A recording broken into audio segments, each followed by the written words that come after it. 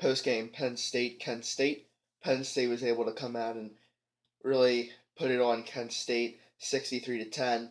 You could clearly see that Penn State was just physically much bigger, faster, and stronger. Was clearly the better team. Kent State, they did have some nice things in the first half. They did some nice things. They were kind of able to hang around for a little while, but ultimately it was kind of just seemed like a matter of time until Penn State was going to just start to annihilate them.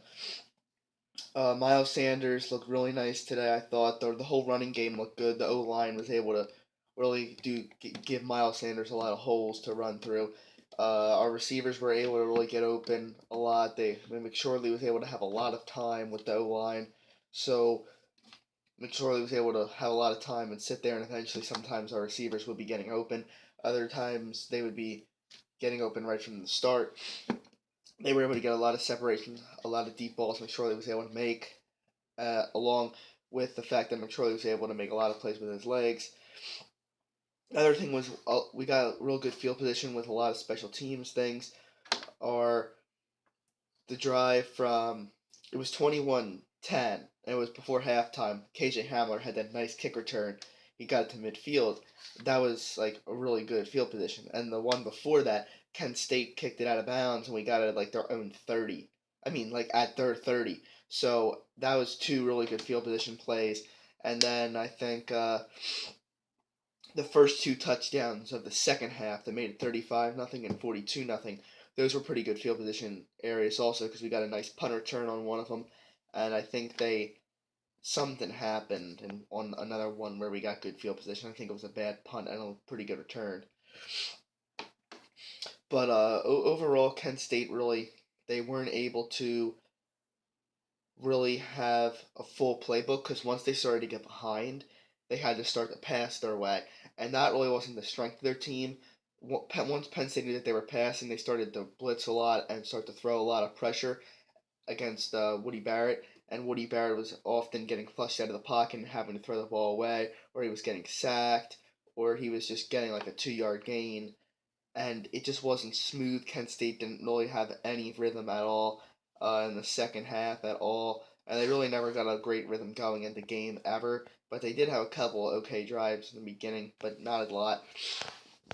Overall, the Penn State offense clearly looked a lot better than their defense. They looked bigger, faster, stronger. McSorley looked nice. Penn State looked good.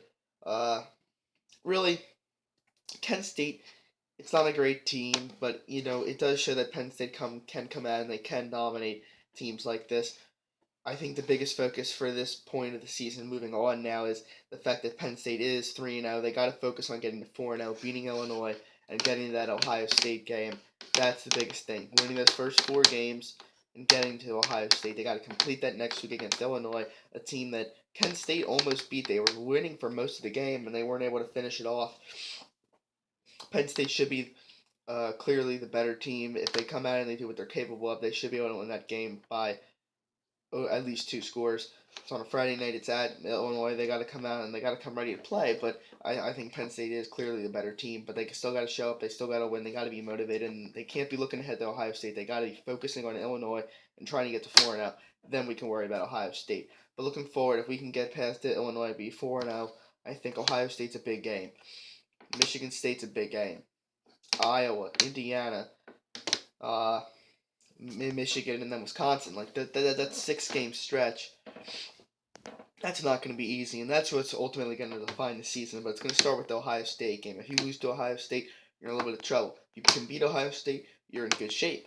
But Penn State, they got to be able to take care of business against teams that they are more talented than, and I think that's pretty much clearly every team except Michigan, Wisconsin, and Ohio State. I do think they have a clear talent edge on Michigan State even. But more in this game, KJ Hamler did some nice plays. Miles Sanders had a real nice game. Mark Allen had a nice game. Uh, McSorley had a nice game. He had some drops.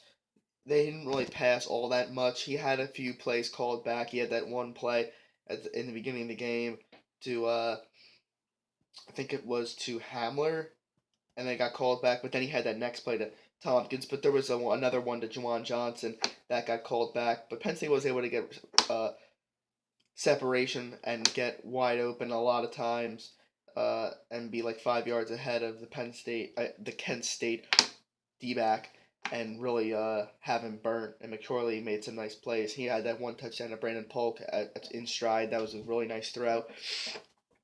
We had some drops today.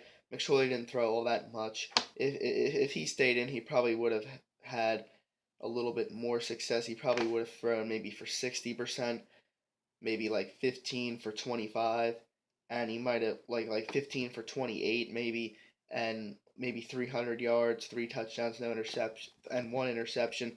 So a little bit of a better looking day, but he did have his first interception of the year, but that was really not his fault. Overall, I think Juwan Johnson didn't really have a good game. He really didn't do anything. He had that one touchdown, but it got called back. It wasn't his fault. Pat Fryermuth, he was the guy who was called against, but he made some nice catches. He looked real good. I think DeAndre Tompkins got back on track. He had a nice game, and Brandon Polk had a nice game. He had a drop today, but it's okay. And then Daniel George had a nice 95-yard touchdown run. I mean reception in the fourth quarter. Sean Clifford looked good at quarterback for when he was in. I thought our receivers looked good and deep. But I think ultimately, I think it looks like we got weapons. I think Juwan Johnson, he'll eventually get back on track. It looks like Tompkins, he can make some nice plays. And we got KJ Hamler, a nice young, shifty guy that can beat you, you know, north to south, that can get behind you, and that's his danger with the speed that he has. And Juwan Johnson, the big body that he has up in the air, that's him. And DeAndre Tompkins is kind of more of like a possession receiver, but he can be a little bit like Hamler, but he can also go up and get the ball like Juwan Johnson, even though he's not really that tall. But that's really what I think. And moving on, I think this team looks in good shape. I think that they got a nice package of some veteran guys like Juwan Johnson, DeAndre Tompkins, Trace McSorley. They got a very pretty nice veteran O line, and then I think they got some veteran guys like Sharif Miller, Koa Farmer, Kevin Givens, John Reed, Amani Uarie, Nick Scott defensively, but they also got some young guys offensively and defensively. Like defensively, you got Micah Parsons, uh, you got Robert Windsor. He's pretty young. You got guys offensively like Miles Sanders, pretty young. KJ Hamler's young.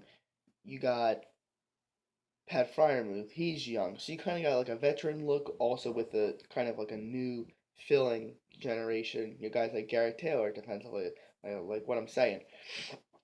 But I think this is a talented team. I think that they have enough of what they have enough talent on the team and enough experience to be able to compete for a top 10, New Year's Six bowl, maybe potentially even in the college football playoff.